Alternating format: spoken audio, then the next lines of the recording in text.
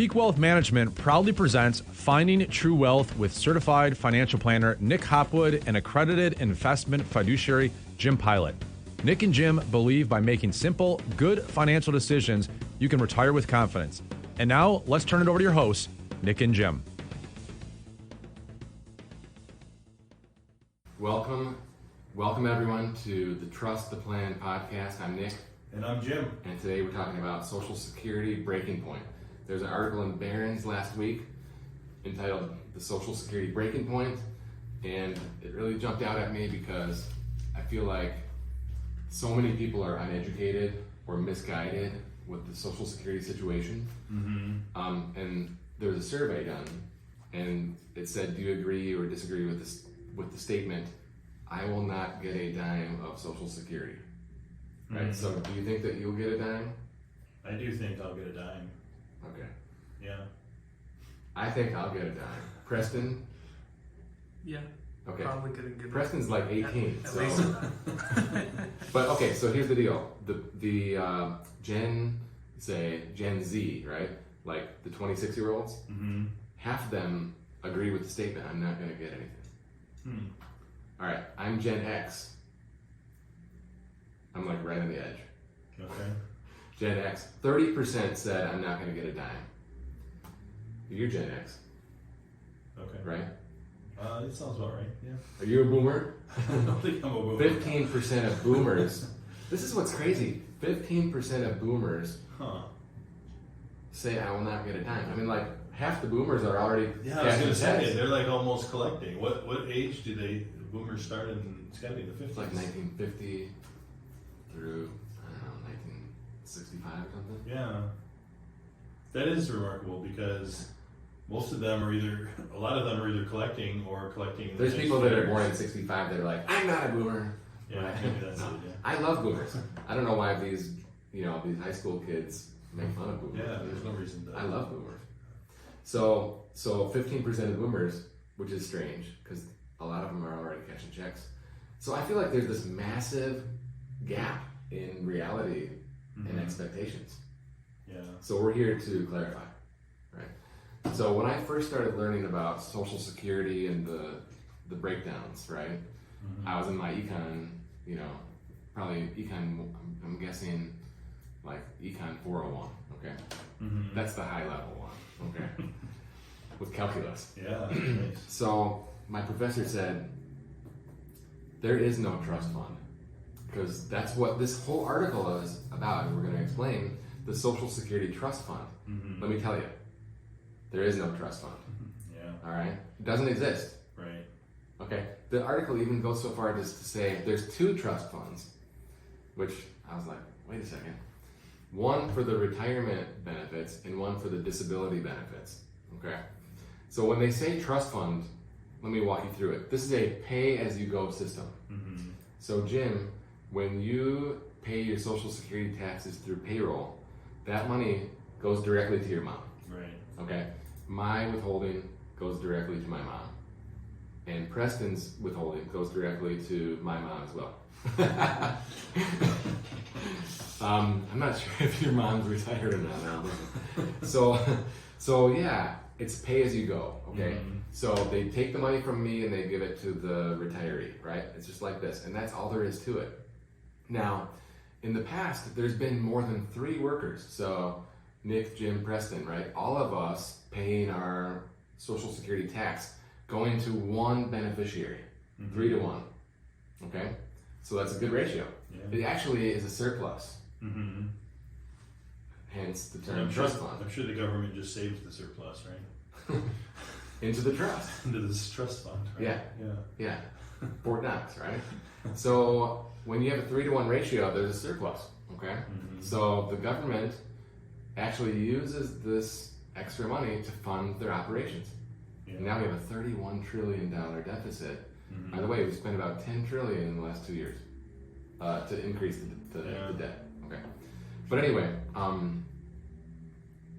the ratio is going down now because demographics. So there's less workers paying the retirees. So now it's like 2.8, and it's going to be as low as 2.3. Okay, so this is the problem, the demographics. right? So as the revenue collected is less than the beneficiaries are paid out, okay, what happens is the society thinks, oh, we're just going to spend down the trust fund. All right, but we already talked about this. The trust fund, the government is just borrowing from itself, right? That's what's happening. Okay, so what's really going to happen in 12 years, in 2034, the trust fund will be depleted, which it already is depleted. Okay, but because it'll be depleted, that means that 77% of your promised benefit would be able to be continued in the pay-as-you-go system. Right. Okay.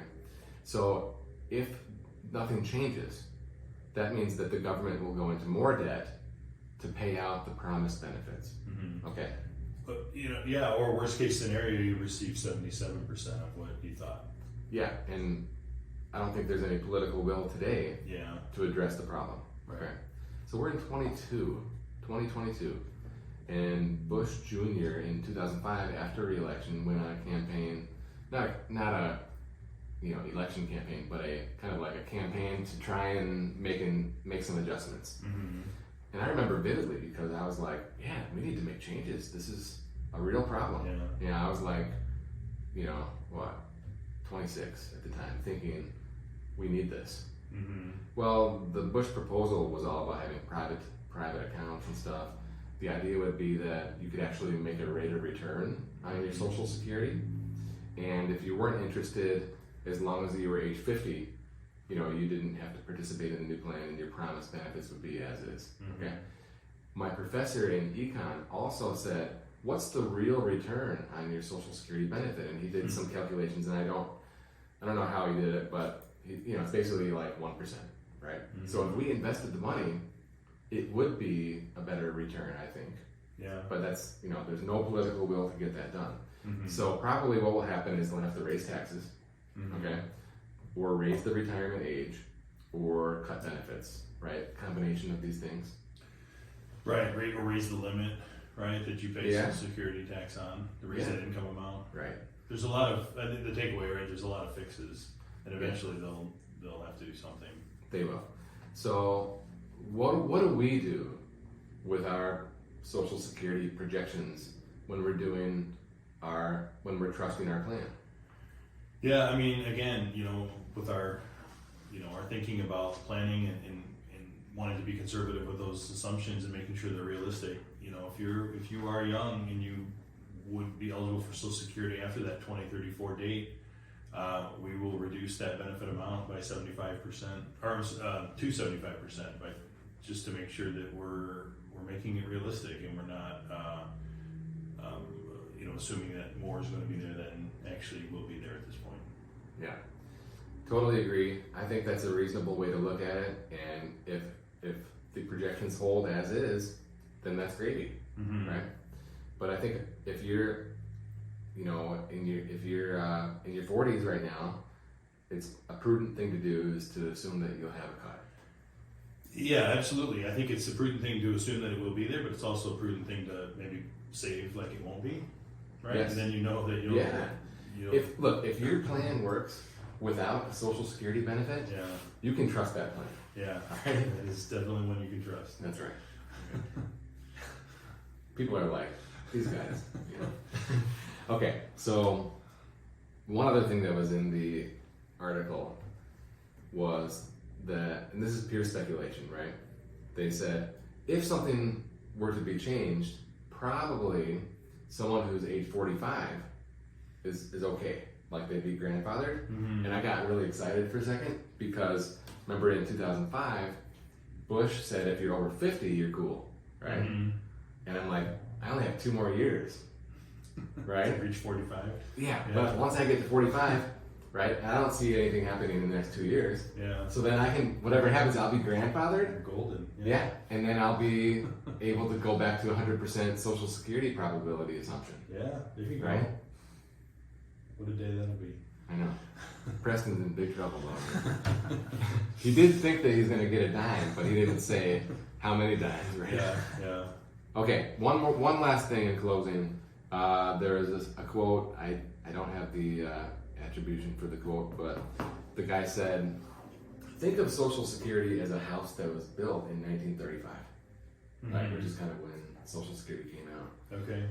You know, it's structurally sound. It's not going to fall down, but the plumbing's a mess, right? I mean, the electrical, the plumbing. We need a lot of remodeling. Needs to be updated a little. Yeah, and that's not cheap. No. Especially with this inflation. Yeah, for sure. And trying to find the workers that don't want to work, you know. Yeah. Right. A lot of challenges, but yeah, you know, to your point, you know, educating people away from the fear that they're going to be left high and dry. Yeah. Main takeaway, I would say two things. There's no trust fund. Like, forget about that. Please stop writing articles about it. Right? Yeah. Seriously. And then secondly, you know, don't assume that it won't be there. Understand that it will be there. It just perhaps for the younger folks won't be quite as much as what is on your, you know, your SSA.gov printout. So that's it. So, hey, if you are working with an advisor and you're losing confidence with their lack of planning or what have you, we'd be happy to provide a second opinion. You can book online at peakwm.com. Until next time, hit the smash button, like, subscribe. You've been listening to certified financial planner Nick Hopwood and accredited investment fiduciary Jim Pilat on the Finding True Wealth podcast, sponsored by Peak Wealth Management. You can learn more about Peak Wealth Management by visiting peakwm.com or follow on Twitter at nhopwood1.